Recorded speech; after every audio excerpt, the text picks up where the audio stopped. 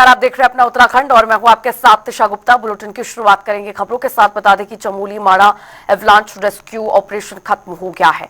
3 दिनों तक चले इस रेस्क्यू ऑपरेशन के बाद बर्फ में दबे 46 मजदूरों को सकुशल बचाया गया है, जबकि 8 मजदूरों की इस घटना में मौत हो गई। तो वहीं रेस्क्यू टीम ने सभी के शवों को बरामद कर लिया है। तो वहीं माड़ा से सभी श्रमिकों को हेलीकॉप्टर से ज्योतिमठ स्थित सेना के अस्पताल में लाया गया है, जिसके बाद वहां उनका इलाज चल रहा है। On 28th February, early morning, a BRO camp in Mana was struck by an avalanche. The Indian Army immediately swung into action and mounted a search and rescue operation.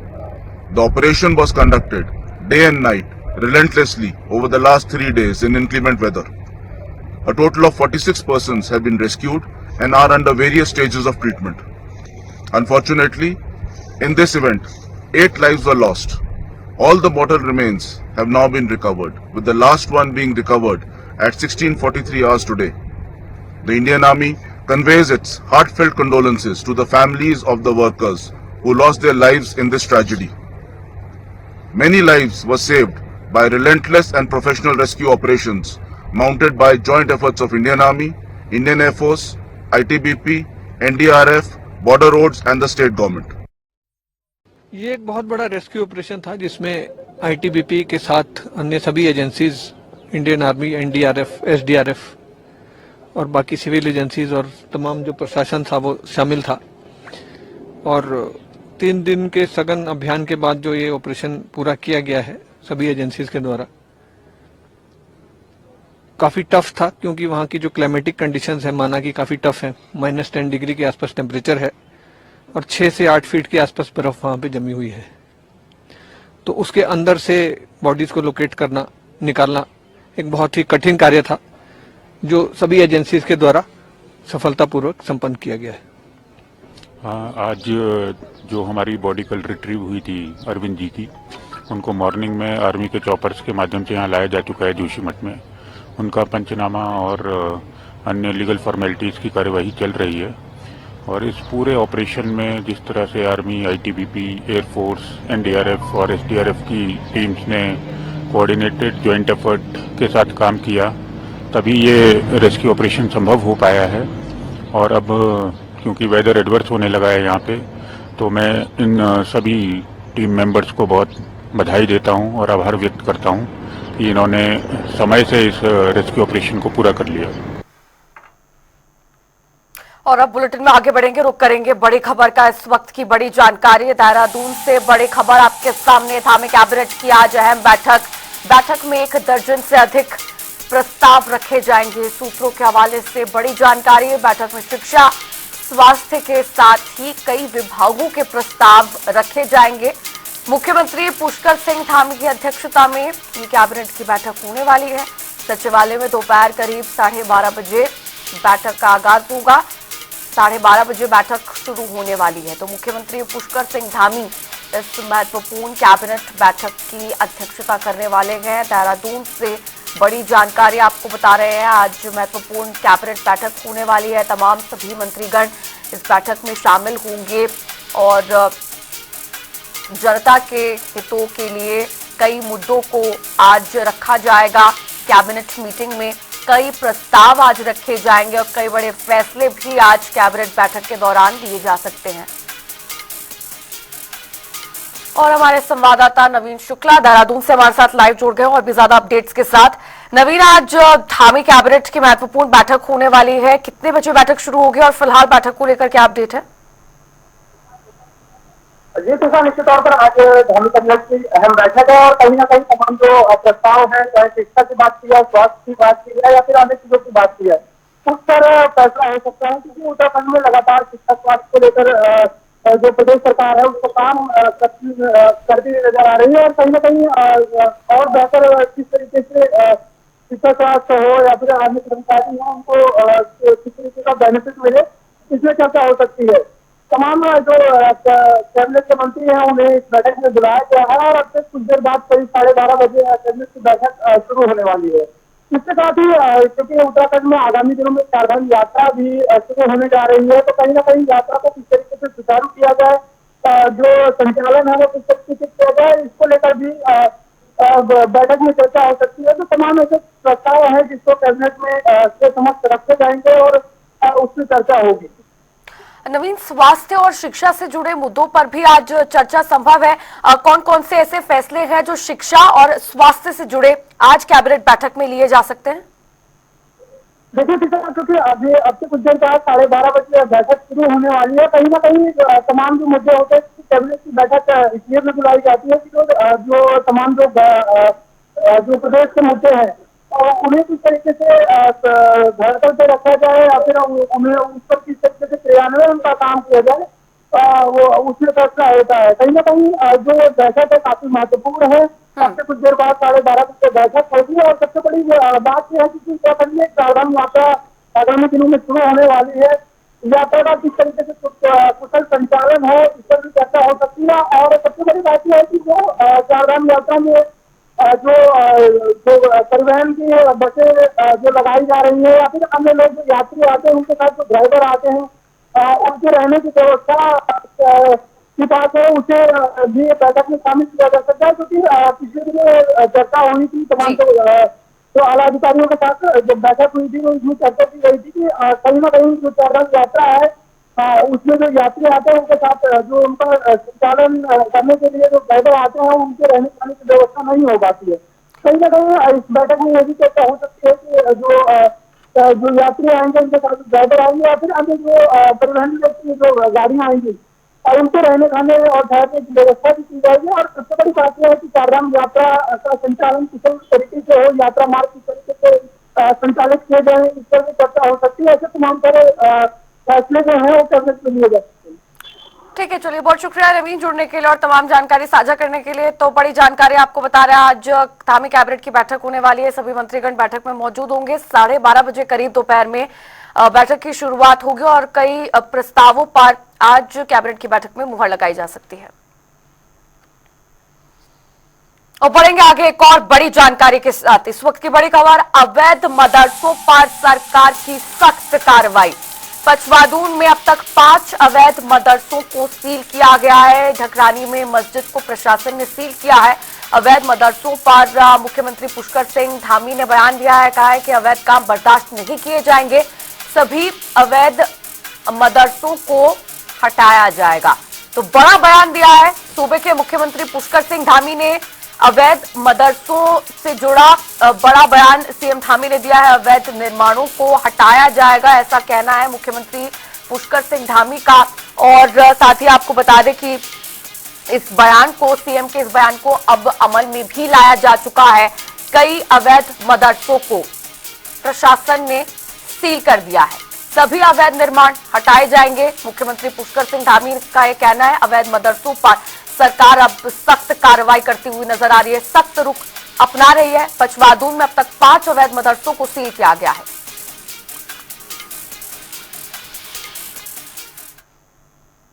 और उधर आपको बता दें कि आगामी पंचायत चुनाव को लेकर बीजेपी अपनी तैयारियों में जुट गई है। इसी के तहत बीजेपी अब अपनी उपलब्धियों को लेकर जनता के बीच पहुंचेगी। इस पर जानकारी देते हुए बीजेपी प्रदेश प्रवक्ता हनी पाठक का बयान सामने आया है।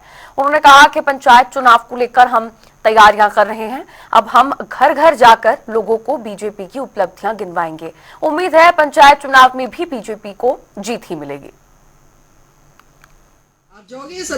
देखिए, जिस प्रकार से हमारी भारतीय जनता पार्टी को देवतुल्य जनता ने लोकसभा, विधानसभा और नगर निकाय चुनाव में एक अपना आशीर्वाद दिया है, उसी प्रकार से पंचायत चुनाव को लेकर भी हमारी भारतीय जनता पार्टी पूरी तरीके से कार्य कर रही है। और उसमें भी निश्चित तौर पे हमें जनता, देवतुल्य जनता का आशीर्वाद प्राप्त होगा। और हम जो हमारे यशस्वी मुख्यमंत्री श्री पुष्कर सिंह धामी जी ने अब तक के कार्य किए हैं उसको लेकर जनता के बीच जाएंगे। और जनता उन सब कार्यों को देखते हुए ही नगर निकाय चुनाव में हमें प्रचंड जीत दी है। तो जो हमारे यूसीसी कानून को लागू किया गया, भू कानून को लाया गया, गया है, दंगा विरोधी एक्ट लाया गया है, नकल विरोधी कानून लाया गया है, राज्य की ये उपलब्धियों में गिना जाने वाला विषय है और पहला राज्य है हमारा जो यूसीसी लागू करने वाला पहला राज्य बना है और महिलाओं को 30% 36 आरक्षण दिया गया है, सहकारिता विभाग में आरक्षण दिया गया है। तो जो निरंतर हम लोगों ने काम किया और धरातल पर जो जीरो टॉलरेंस की सरकार कार्यरत है, इन सब मुद्दे को लेकर हम पंचायत चुनाव में जनता के बीच जाएंगे और देवतुल्य जनता हमें निश्चित रूप से अपना आशीर्वाद पंचायत चुनाव में भी अवश्य। और वहीं आपको बता दें कि उत्तराखंड बीजेपी के संगठन पर्व की प्रक्रिया का अभियान लगातार जारी है, जिसको लेकर बीजेपी बूथ अध्यक्ष और मंडल अध्यक्ष की नियुक्ति की गई है। तो वहीं प्रदेश मीडिया प्रभारी मनवीर सिंह चौहान ने बताया है कि प्रदेश के 19 जिला इकाइयों के जिला अध्यक्षों के चयन की प्रक्रिया चल रही है और जल्द ही जिला अध्यक्षों की घोषणा भी की जाएगी। भारतीय जनता पार्टी के संगठन पर्व के रूप में संगठनात्मक चुनाव का अभियान चल रहा है और हमारे सभी बूथों के अध्यक्ष का चुनाव के बाद हमारे प्रदेश में भारतीय जनता पार्टी के जितने मंडल हैं उनमें सभी में मंडल अध्यक्षों के चुनाव की प्रक्रिया पूरी हो चुकी है। मंडल अध्यक्षों की अधिकतर घोषणाएं भी हो चुकी हैं और अब हमारे जो प्रदेश में भारतीय जनता पार्टी की जिले की 19 इकाइयां हैं, 19 इकाइयों के जिला अध्यक्षों के चयन की प्रक्रिया चल रही है। प्रदेश नेतृत्व के द्वारा सभी जिलों में जिला अध्यक्षों के चयन की प्रक्रिया के लिए प्रदेश के वरिष्ठ नेतागणों को एक जिले के लिए 3-3 पर्यवेक्षक वहां पर भेजे गए, जिनके द्वारा वहां पर हमारे जो क्राइटेरिया बनाया गया था रायशुमारी के लिए, उन सभी पदाधिकारियों से पर्यवेक्षकों के द्वारा रायशुमारी ली गई है और रायशुमारी में जो नाम उनके सामने आए हैं उनका पैनल तैयार करके पर्यवेक्षकों के द्वारा प्रदेश नेतृत्व को आज सौंपा गया है और पैनल पर प्रदेश नेतृत्व के द्वारा पर्यवेक्षकों के द्वारा विस्तार से उस पर चर्चा की जा रही है और जल्द ही हमारे जिला अध्यक्षों की भी घोषणा कर दी जाएगी। उत्तराखंड में चारधाम यात्रा की शुरुआत इस वर्ष 30 अप्रैल से होगी, जिसको लेकर श्रद्धालुओं में भारी उत्साह देखने को मिल रहा है। वहीं इसी कड़ी में प्रशासन भी पूरी तरह से तैयारियों में जुट गया है, जिसके चलते तैयारियों के संबंध में गढ़वाल कमिश्नर की अध्यक्षता में बैठक का आयोजन किया गया, जिसमें सभी जरूरी विषयों पर चर्चा की गई। देखिए, चारधाम यात्रा 2025 के लिए जो हमारे गढ़वाल कमिश्नर महोदय ने भी 5 फरवरी को बैठक ली थी, साथ में सचिव परिवहन द्वारा भी इसके संबंध में बैठक ली गई और जिसके तैयारी के हेतु निर्देशित किया गया। इन्हीं निर्देशों के क्रम में हमारे द्वारा पूरी तरह तैयारी कर ली गई है। जहाँ तक ऑनलाइन सेवाओं की व्यवस्था है, जैसे कि ग्रीन कार्ड की सेवा या हिल एंडोर्समेंट की सेवा या ट्रिप कार्ड की सेवा, तो NISI की मदद से ऑनलाइन व्यवस्था पूर्णतः दुरुस्त कर ली गई है और हम लोग चारधाम यात्रा शुरू होने से 1 महीने पूर्व से ही ग्रीन कार्ड इशू करने शुरू कर देंगे। इसके अलावा जहाँ तक बसों की व्यवस्था का सवाल है, तो बसों की जो बस व्यवस्था होनी है आने वाले रोटेशन के लिए, उसके लिए यूनियन से बैठक हो गई है। हमारे पास पर्याप्त संख्या में बसेज हैं, जिसके माध्यम से हम सस्ती दरों पर यात्रियों को बसेस प्रोवाइड करा देंगे। इसके अलावा हमने टूर ऑपरेटर्स को भी ये निर्देशित किया है कि जितने भी यात्रियों को वो बाहर से लेकर आने के लिए बुकिंग ले रहे हैं, उनके माध्यम से पहले ही सूचित कर दिया जाए कि जो भी यात्री आए वो पूर्व में ही पंजीकरण कराकर जो हमारी टूरिज्म की साइट है उस पर पंजीकरण के पश्चात आए, ताकि उनका जो ट्रिप कार्ड बनने में आसानी हो। तो वहीं आपको बता दें कि पहाड़ों की रानी मसूरी में शगुन मंडप में भारत विकास परिषद ने 2 कन्याओं का सामूहिक विवाह आयोजित किया। कार्यक्रम में पूरे रीति रिवाज के साथ 2 निर्धन कन्याओं ने शादी रचाई। विवाह संपन्न होने के बाद वर वधुओं के परिजनों ने खुशी जाहिर करते हुए संस्था के कार्यों की जमकर सराहना की। इस अवसर पर कार्यक्रम के संयोजकों ने जानकारी देते हुए बताया कि इस कार्यक्रम को अगले साल बड़े स्तर पर आयोजित किया जाएगा। संस्था तो बहुत बढ़िया है, तभी गरीब लोगों के लिए बहुत अच्छा काम हो रहा है। हुआ गरीब लड़कियों की शादी हो, ब्याह हो रहा है, बहुत अच्छी बात है। सामान भी पूरी काफ़ी मिलता है यहाँ पे। 2 कन्याओं का विवाह का विकास परिषद जो कि सेवा, सहयोग और समर्पण का भाव रखते हुए पूरे देश में और जिलों में, नगरों में काम करती है। और हमारा एक उद्देश्य रहता है परिषद परिवार का कि सेवा और सहयोग और समर्पण का भाव लेते हुए समाज की सेवा की जाए। इसके निमित्त आज सरल सामूहिक विवाह के प्रकल्प के हेतु आज ये 2 कन्याओं का विवाह कराया गया है, जिसके संयोजक श्रीमान अचल शर्मा जी रहे। और आगामी 9 मार्च को निःशुल्क दिव्यांग शिविर एवं स्वास्थ्य शिविर का बड़ा आयोजन हो रहा है, जो कि रामलीला ग्राउंड में होना है खटीमा के अंदर। और इस तरह से हमारे कई प्रकल्प और कई आयोजन हमारे होते रहते हैं, जिसमें हम चाहते हैं कि किसी भी स्तर पे समाज में जो हमारे छोटे तबके के लोग हैं या कहीं भी कोई गरीब परिवार है, उसका हम सहयोग कर सकें। यही हमारा भाव रहता है। किसी भी तरह का समाज में जो भी हमारी जितने भी संस्था के लोग हैं, हर जगह पूरे भारतवर्ष में अनेक कार्यक्रम भारत विकास परिषद समाज के हित में करता है। हम लोग की तरफ से पूरा जो विवाह का जो आयोजन है, जिसमें जितना भी चाहे कोई विवाह से संबंधित जितनी भी सामग्री है या जो भी हमारा प्रकार का सारा व्यवस्था भारत विकास परिषद शाखा के द्वारा ही। राज्यसभा सांसद नरेश बंसल रुड़की पहुंचे, जहां पर उन्होंने मौजूदा सरकार के विकास कार्यों को लेकर कहा कि डबल इंजन की सरकार लगातार विकास की ओर अग्रसर है, जिसके चलते रुड़की में पहली बार तरमे इवेंट्स की ओर से 4, 5 और 6 मार्च को नेहरू स्टेडियम में प्रदर्शनी का आयोजन किया जाएगा, जिसका उद्घाटन मुख्यमंत्री पुष्कर सिंह धामी, पूर्व सीएम भगत सिंह कोश्यारी, सांसद त्रिवेंद्र सिंह रावत और जिले के विधायक और मेयर आदि करेंगे। विस्तृत रूप से जो एक मेगा एग्जीबिशन है, उसके विषय को आपके सभी के सम्मुख रखा है। और निश्चित रूप से भारत सरकार और उत्तराखंड सरकार की लगभग 50 जो डिपार्टमेंट है उसमें पार्टिसिपेट करेंगे। उसमें DRDO है, एग्रीकल्चर है और भिन्न मंत्रालय है, और जिससे लोगों को जानकारी मिले कि विकसित भारत के लिए जो भारत सरकार है, माननीय प्रधानमंत्री नरेंद्र मोदी जी हैं, उन्होंने जो चीज़ की है मंत्रालयों में नवाचार है, वो सब देखने को वहाँ मिलने वाला है। तो इसको जो नई चीज़ है टेक्निक के हिसाब से वो डिपार्टमेंट यहाँ अपना एग्जीबिशन है, स्टोर लगाने वाला है। उत्तराखंड देखिए रोजगार के निश्चित रूप से अवसर मिलेंगे। इसमें फूड प्रोसेसिंग का एक डिपार्टमेंट है कि जो भी चीज़ है उसको हम एक्सपोर्ट कैसे कर सकें, कैसे पैकेजिंग कर सकें, तो उसके लिए लोगों को जो है उत्साहित किया जाएगा, प्रोत्साहित किया जाएगा। वो सब चीज़ें एग्जीबिशन में आपको देखने के मिलेंगी, आप भी उसमें शामिल। लेकिन आज तक क्या हुआ, आज तक तो कांग्रेस की सरकार रही, भारत कहाँ चला गया, अब मोदी जी की सरकार है, तो धरातल पर चीज़ों को लाने का प्रयास है। उसी के लिए माननीय सांसद ने बताया। विभाग है, DRDO है, इसरो है, TSDC है, ICR है, बहुत सारे विभाग हैं, प्रदेश के भी है, स्वयं सहायता समूह भी है, तो सब प्रकार। इससे पहले भी इस तरह की हरिद्वार और देहरादून में मैं ये प्रदर्शनी आयोजित कर चुका हूँ। तो कल उद्घाटन के लिए हमने माननीय मुख्यमंत्री जी से आग्रह किया है, उन्होंने हमको आश्वस्त भी किया है, माननीय मुख्यमंत्री जी करेंगे और हमारे पूर्व मुख्यमंत्री श्री भगत सिंह कोश्यारी जी और हरिद्वार क्षेत्र के सांसद श्री त्रिवेंद्र सिंह रावत जी भी रहेंगे। रोजगार मेले की दृष्टि से तो मैं इसलिए नहीं कहूँगा क्योंकि हमने उस प्रकार की कंपनियां प्राइवेट नहीं आ रही है जो रोजगार देती है, पर सेल्फ एम्प्लॉयमेंट की ओर छात्र और युवा बढ़े, उसकी दृष्टि से आप।